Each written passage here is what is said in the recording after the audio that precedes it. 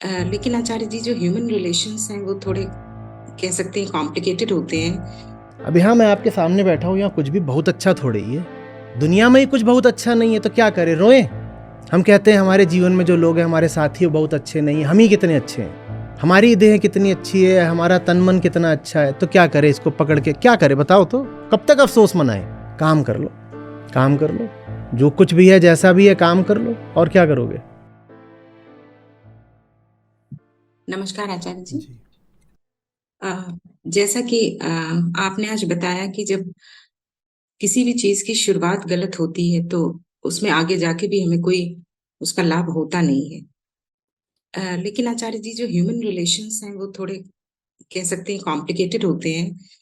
तो पहले तो हमें पता ही नहीं होता है कि जो रिश्ता हमारा हमने बनाया है स्वयं वो सही है या गलत है, या सही गलत की तो मैं उतना नहीं है। जो मिसमैच्ड रिलेशन होते हैं जिसमें ना कोई पूरी तरह से सही होता है ना कोई पूरी तरह से गलत होता है, it is a kind of mismatch. तो मिसमैच्ड रिलेशन में हम कैसे डिसाइड करें अ, अ, कि हमें अपनी पूरी हिम्मत को सेंटर में रख के हम लौट लें उस रास्ते से, या जैसे कि हमारी कंडीशनिंग हुई होती है कि अ, हम कितना समय दें, और अगर दें भी तो क्या वो जो 2 या 5% उम्मीद है उसके लिए हम कुछ साल और दे के उसको परखें कि आगे चल के हो सकता है कि चीजें इम्प्रूव्ड हों। तो ये डिसीजन रियल लाइफ में काफी मुश्किल होता है। तो हम क्लैरिटी कैसे लाएं कि हमें किस डायरेक्शन में आगे जाना चाहिए। ये है। हम्म। हाँ जी सर। ये ठीक है पर बहुत बढ़िया नहीं है। ऐसे ही ये सब यहाँ ला के रख देते हैं। आयोजित काम है, अरेंज्ड, इनका अरेंजमेंट है, इन्होंने यहाँ ला के रख दिया, मैंने भी ध्यान नहीं दिया। अब मैं इसको चलाता हूँ, एक तो ऐसे गोल गोल निकालो तो देखिए मैंने चलाया, अभी एक ही लकीर खींचने में बीच में दो जगह रुक गया। हाँ जी। लेकिन इसको मैं ऐसे थोड़ी देर ऐसे रगड़ दे रहा हूँ ना, तो फिर ये चलने लग जा रहा है। ऐसे ही रगड़म रगड़ाई में ये चल भी लेता है। हम्म। बहुत अच्छा नहीं है।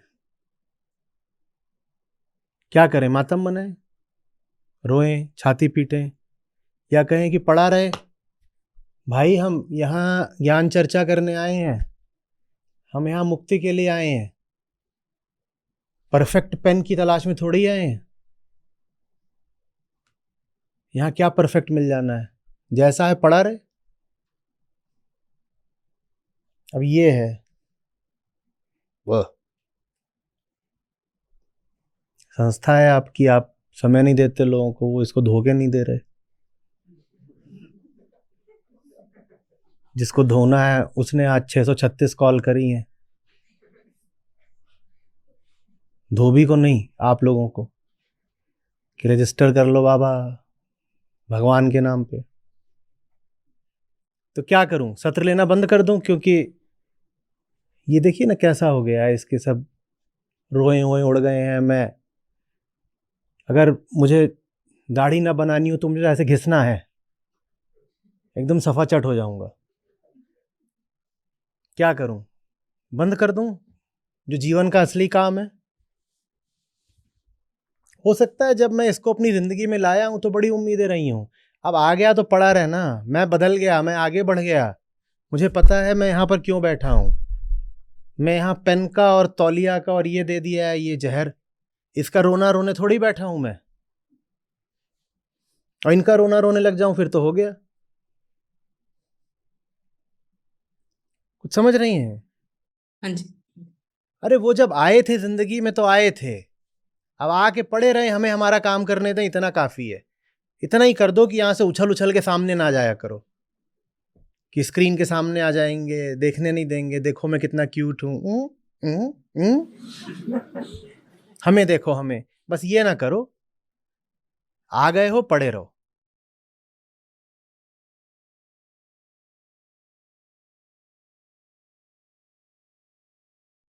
मेरा ये जीवन में भी और संस्था में भी उसूल रहा है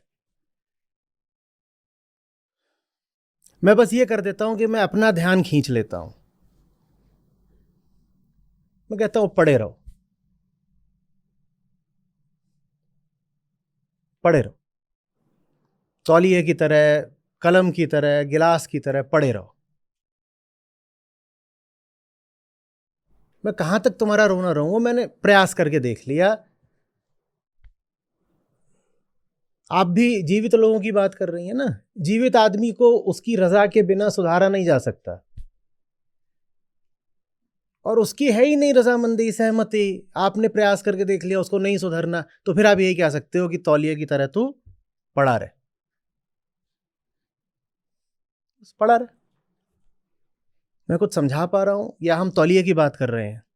नहीं नहीं आचार्य जी, मैं समझ रही हूँ कि उस व्यक्ति की या उस रिश्ते की अपनी लाइफ में जो भी महत्ता है उसको आप मैं आगे डिसाइड। बढ़ गया। एक दिन जब मैं कलम खरीदने गया था, मुझे लगा था कलम थोड़ी ही है, ये कोहिनूर है, और इसको मैं जिंदगी में ला रहा हूं तो पता नहीं क्या हो जाएगा। काला शाह काला, मेरा काला है दिलदार। अब हो गया, ठीक है, पड़ा रहे भाई। दिख गया कि तू नहीं चलने का, पड़ा रहे। कभी कभार घिस देंगे, कुछ बहुत जरूरत पड़ेगी तो घिस घिस के रगड़ के चला भी लेंगे। अब यहां मैं आपके सामने बैठा हूं, यहाँ कुछ भी बहुत अच्छा थोड़े ही है। दुनिया में ही कुछ बहुत अच्छा नहीं है तो क्या करें, रोए? हम कहते हैं हमारे जीवन में जो लोग हैं, हमारे साथी, वो बहुत अच्छे नहीं, हम ही कितने अच्छे हैं। हमारी देह कितनी अच्छी है, हमारा तन मन कितना अच्छा है, तो क्या करें? इसको पकड़ के क्या करें बताओ तो? कब तक अफसोस मनाए? काम कर लो, काम कर लो, जो कुछ भी है, जैसा भी है, काम कर लो। और क्या करोगे?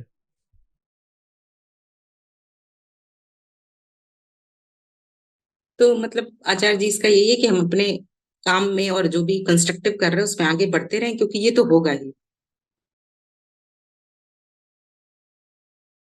और ये बात आपके किसी एक चुनाव या किसी एक रिश्ते या किसी एक विषय पर नहीं लागू होती है, हर विषय पर लागू होती है। आप जिंदगी में जिसको भी लेके आए हो,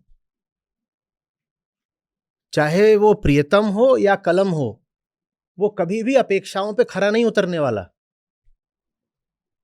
तो अपेक्षाओं का मातम नहीं मनाना है, हमें अपने जीवन के उद्देश्य पर आगे बढ़ जाना है।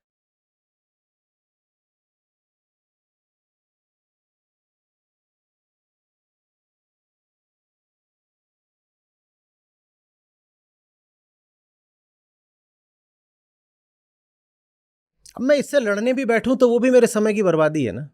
नहीं? बिल्कुल आचार्य जी, एनर्जी सब की। कहाँ ये ऊंची बातें, और कहाँ मैं कलम से लड़ रहा हूं, तौलिए से लड़ रहा हूं, और ये, और मुझे बड़ी शिकायत है इससे। इसमें ये देखो, ये निकल आया, क्यों निकल? इसको घिस घिस के हटाया जाए। ये करूं या आपसे बात करूं? और जब मैं इसको लेके आया था, सही बता रहा हूं, ये गुलाबो बिल्कुल गोल थी, और देखिए अब ये इसने क्या कांटे विकसित किए। पहले पता होता कि इसके कांटे निकलने वाले, में से जिंदगी में लेके नहीं आता। अब आ गई है, और देखिए ये क्या कांटे कूंटे। क्यों बेटा, गेंद की बात नहीं हो रही है? तो क्या करें? कुछ नहीं करें, टोकरे में बैठ जा, पड़ी रहे।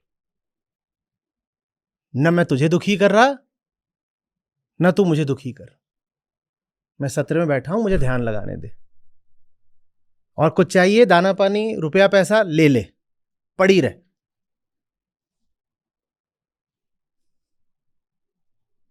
हाँ, किसी दिन तेरे भीतर कुछ जागे, थोड़ी बिजली कौंधे, तो तेरा स्वागत है। तुझे पास ही तो रखा हुआ है ना, आ जाना, द्वार खुले हुए हैं।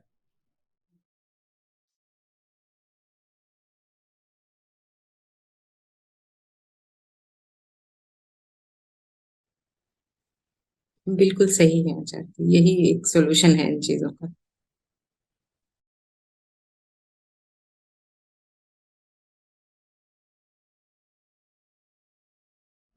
बच्चा है घर में, रो रहा है छोटा, तो माँ उसके साथ रोने थोड़ी लग जाती है? थोड़ा बहुत ही कुछ व्यवस्था करके, माँ कुछ पढ़ रही है तो पढ़ेगी ना। अभी आज मैं उनके बारे में पढ़ रहा था।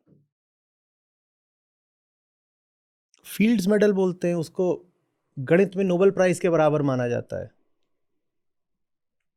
उनकी शादी हो गई, शादी होके 5 साल में उनके 3 बच्चे हो गए। तब जाकर के उन्होंने यूनिवर्सिटी में दाखिला लिया।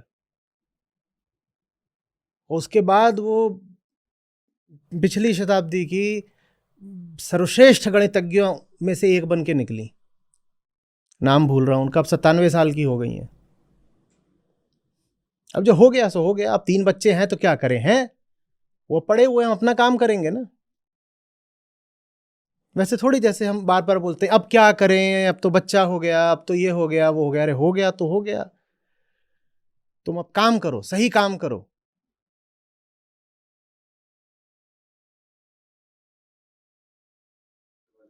ये चीज चूंकि अभी अभी मैं किसी कदर खेल के आ रहा हूं, बड़ा बड़ा बुरा अनुभव रहता है आजकल। जब से 30 के 30 दिन सत्र शुरू हुए हैं, पहले तो ये होता था कि महीने में कुछ दिन मिल जाते थे जब मैं खोल करके खेल सकता था बिना समय की परवाह करे।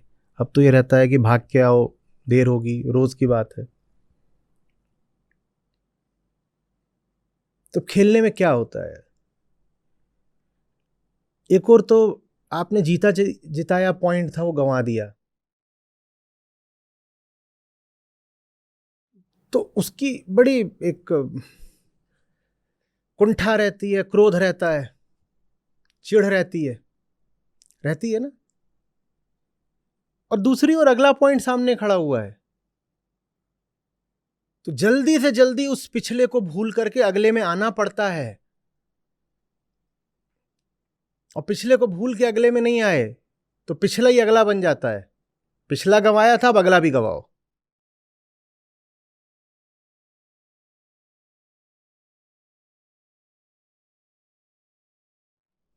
इस मामले में खेल बहुत बढ़िया होते हैं।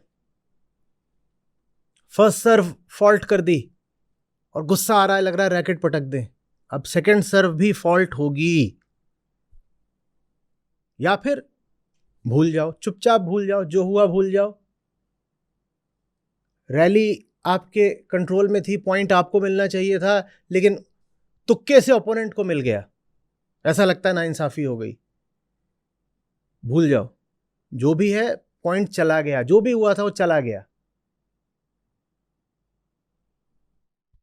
जो हो गया हो गया। हुँ?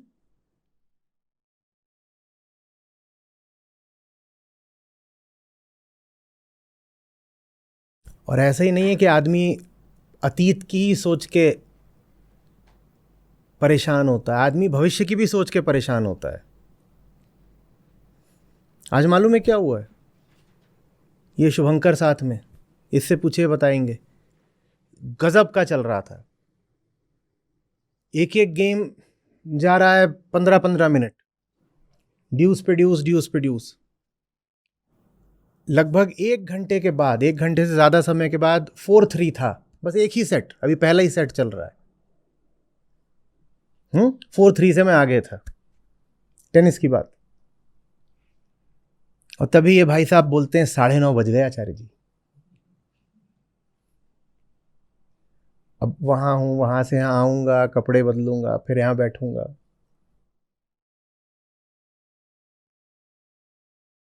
भविष्य भी व्यवधान कर देता है। लंबी लंबी रैलीज, एक के बाद एक ड्यूस खेलने कि मेरी ऊर्जा ही समाप्त हो गई, क्योंकि आधा दिमाग घड़ी पर लग गया कि वापस पहुंचना है। तो रैली लंबी होने लगे तो विनर मारने की कोशिश, अब जबरदस्ती विनर मारोगे तो फाउल ही होगा।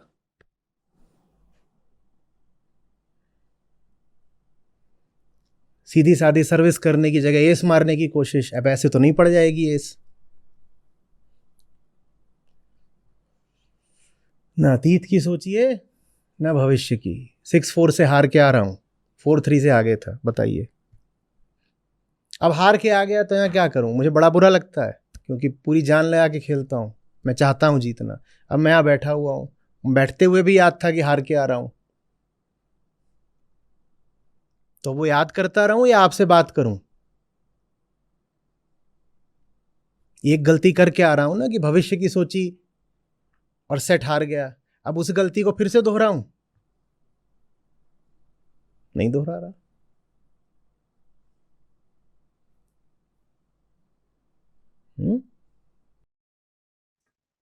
धन्यवाद आचार्य जी। प्रणाम आचार्य जी। सबसे पहले तो सर बहुत बहुत खुशी है कि मतलब यहाँ सेशन में और प्रश्न करने का मौका मिल रहा है। तो सर जैसे हम कामना की बात कर रहे थे, तो कामना को लेकर के सर थोड़ी सी क्लैरिटी ये चाहिए कि जब भी हम कोई कल्पना करते हैं, तो क्या सर हमारी कल्पना जो है उसमें जो कामना है, क्या वो भी कामना बस वो कामना मात्र है? क्योंकि एक ऐसी लाइन है जो सुन रखी है कि imagination is more important than knowledge. तो क्या इस तरह का इमेजिनेशन, कल्पना जो करी जा रही है, तो क्या कल्पना भी कामना से जुड़ी है? और ऐसी कोई भी कल्पना जो बेहतर समाज की या किसी भी पर्सपेक्ट में हम देखें, तो इसको थोड़ा स्पष्ट करें। जंगल में शेर ने बेहतर समाज की कल्पना करी। वो बेहतर समाज कैसा होगा शेर के मुताबिक? शेर ने कहा, ये कोई तरीका है? मैं यहां का राजा, बुजुर्ग, और ये 2 कौड़ी के खरगोश और हिरण हमें दौड़ा रहे हैं, ये बदतमीजियां नहीं चलेंगी। जंगल में मर्यादित आचरण की संहिता लेकर आएंगे, एक बेहतर समाज बनाएंगे। वो कैसा होगा बेहतर समाज? कैसा होगा? शेर ने एक नई आचरण संहिता लिखी है अब सब जानवरों के लिए। वो क्या होगी कि हिरण लोग खुद चल करके हमारे सामने आ जाएंगे, और जो हिरण आएगा वो छुरी कांटा भी अपना साथ लेके आएगा। खरगोशों कोई गिनती ही नहीं। सुबह नाश्ते में 3, फिर हर 2 घंटे में एक एक स्नैक में। समझ में आ रही है बात? क्या समझे? मतलब हमारी जो कल्पना है वो भी काफ़ी उच्चतम होनी चाहिए, अदरवाइज कोई भी कल्पना कल्पना जो आती कहां से है? आप कहते हो मुझे एक बेहतर समाज चाहिए और आज मैं उसकी कल्पना कर रहा हूं। वो कल्पना करने वाला कौन है? हाँ, और हिरण ने कल्पना करी तो वो क्या कल्पना करेगा? वो भी कल्पना ही कर रहा है। वो भी बैठ करके वो कल्पना कर, एक आदर्श जंगल होना चाहिए। और वो क्या कल्पना करेगा कि शेरों को सबको वन निकाला दे दो, और शेरनियों को सबको घास चरना सिखाओ, और ये हमारे यहां आकर के सफाई वगैरह करना सीखें। आप जिसको एक आदर्श समाज बोलते हो, बेहतर ही बोलते हो कि आगे कुछ और अच्छा होना चाहिए, वो आप ही के अनुसार तो अच्छा होना चाहिए ना। आप हो कौन? आप हो अहम। अहम जो कल्पना करेगा वो सब उसके स्वार्थ को बढ़ाने के लिए ही तो होंगी। समाज के जो अलग अलग वर्ग हैं उनको देखो, सबकी भविष्य को लेकर अलग अलग कल्पनाएं होती हैं। क्यों होती हैं? क्यों होती हैं? अपने अपने स्वार्थ के हिसाब से। जिनको आरक्षण नहीं मिला हुआ है वो कल्पना करते हैं एक दिन ऐसा आएगा किसी को नहीं मिलेगा, या सबको मिलेगा। जिनको मिला हुआ है वो अगले आदर्श समाज की कल्पना करते हैं कि मिला हुआ है तो अनंत काल तक मिला रहे। कल्पना तो सब करते हैं भविष्य की, पर अपने अपने हिसाब से। तो इसीलिए कल्पना कोई बेहतरी नहीं दे देती। कल्पना तो अहम का प्रक्षेपण होती है, विस्तार होती है। कल्पना जैसे बीमारी से निकलती है भीतरी, बीमार मन का विचार होती है कल्पना। इसीलिए फिर कितनी बार समझाया है कि जितने तुम स्वस्थ और सहज होते जाते हो उतना भविष्य की कल्पना करने की जरूरत कम होती जाती है। उसके बाद आप एक अनियोजित, अप्रत्याशित भविष्य में जीने के लिए तैयार हो जाते हो, कल्पित भविष्य में नहीं। नियोजित भविष्य में नहीं,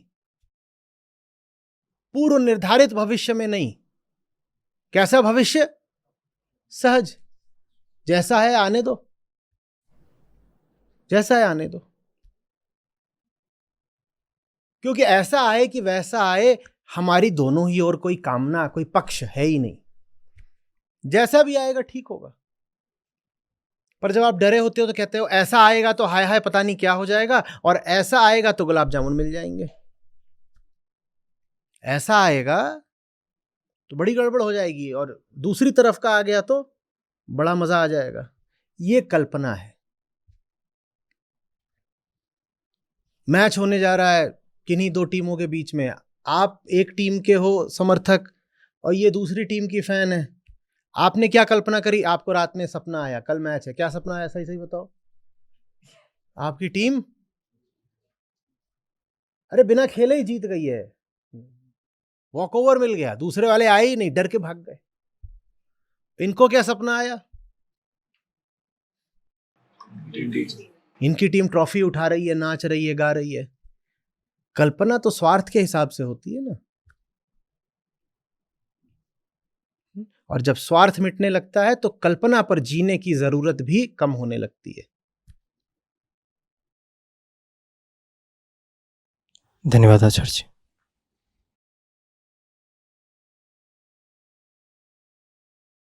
नमस्ते आचार्य जी। मेरा प्रश्न ये था, आज आपने कहा कि गलती को बिना विकल्प के रोका जा सकता है। चलो आगे बोलो। तो मुझे ये समझ में नहीं आया। अरे मुझे ही नहीं समझ में आया क्या है। मुझे लगा आगे कुछ बोलोगी तो मुझे समझ में आ जाएगा। क्या बोला था भाई मैंने विकल्प वगैरह पर? मैंने कहा था कि तुम गलती इसलिए करते रहते हो क्योंकि बहाना बनाते हो, कोई विकल्प ही नहीं है तो क्या करूं, कोई विकल्प ही नहीं है मैं क्या करूं। रोज क्यों बेईमानी करते हो? कोई विकल्प ही नहीं है इसलिए रोज बेईमानी करता हूं। ईमानदारी का नुस्खा होता है कि तुम बेईमानी करना छोड़ो। उसके बाद क्या करोगे ये बाद में देखा जाएगा। बाद में जो होना होगा खुद ब खुद हो जाएगा। सबसे पहले तुम बेईमानी करना छोड़ो। तुम अगर ये कहोगे नहीं पहले मुझे बेहतर विकल्प दिखाइए फिर मैं अपनी घटिया जिंदगी छोड़ूंगा, तो वो विकल्प कभी मिलने का नहीं, कभी नहीं मिलेगा। ये सब अच्छे से समझ लें।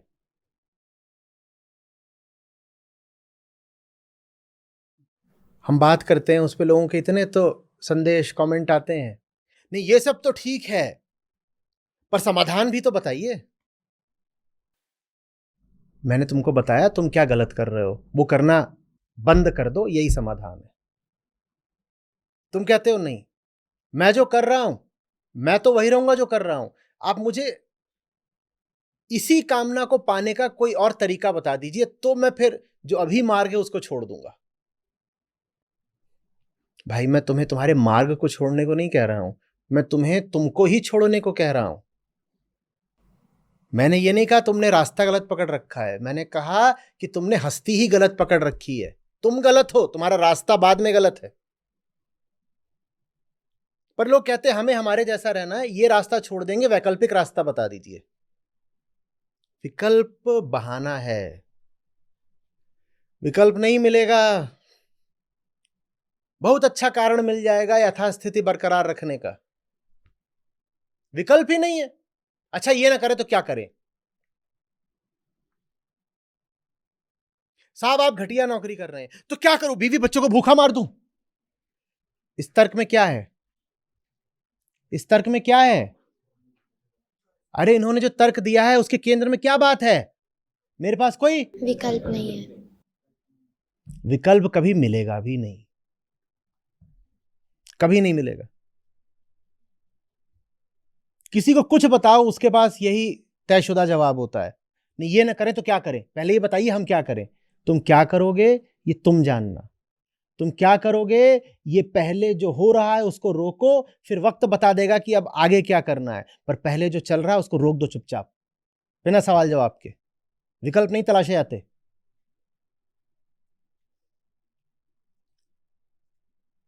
हम झूठा आश्वासन मांग रहे हैं, हम कह रहे हैं देखो मैं वर्तमान में गड़बड़ कर रहा हूं, इसको रोक सकता हूं, लेकिन पहले भविष्य के लिए एक बढ़िया विकल्प बता दो, ताकि मेरे स्वार्थों की पूर्ति वैसे ही होती रहे जैसे अभी हो रही है। मैं अपने रास्ते छोड़ने को तैयार हूं, अपने स्वार्थ छोड़ने को तैयार नहीं हूं। इन्हीं स्वार्थों को किसी और रास्ते से कैसे आगे पूरा करना है वो मुझे बता दीजिए, तो फिलहाल जो अभी रास्ता है वो मैं छोड़ दूंगा। ये क्या आपने बोला? क्या दम है इस बात में? जो नहीं ठीक है उसको तत्क्षण त्यागिए। इंतजार मत करिए कि कुछ और मिलेगा तब छोड़ेंगे।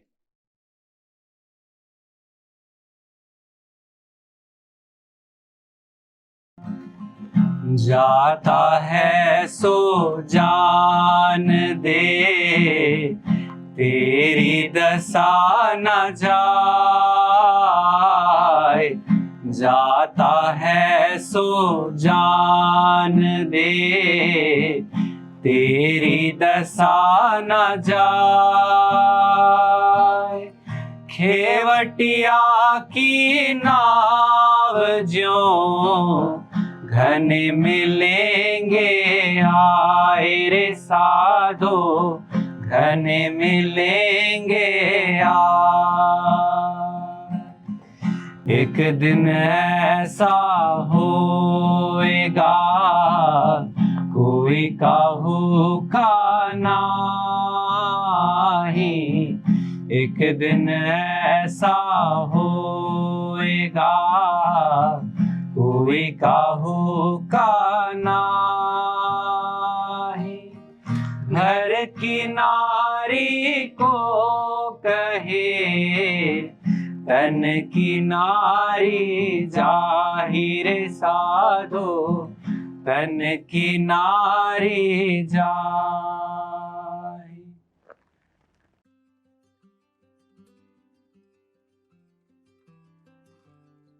नमस्कार सर, मैं नागेंद्र बोल रहा हूँ बिहार औरंगाबाद से। एक्चुअल में मेरा ये पहली सीख है।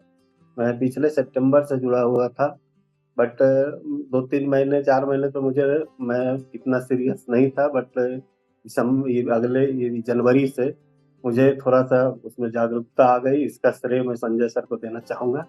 और अब जो है जैसे थोड़ी बहुत खुलने लगी है, जैसे मुझे गीता सत्र से एकदम से मुझे कुछ बहुत ज़्यादा ही लगाव हो गया है।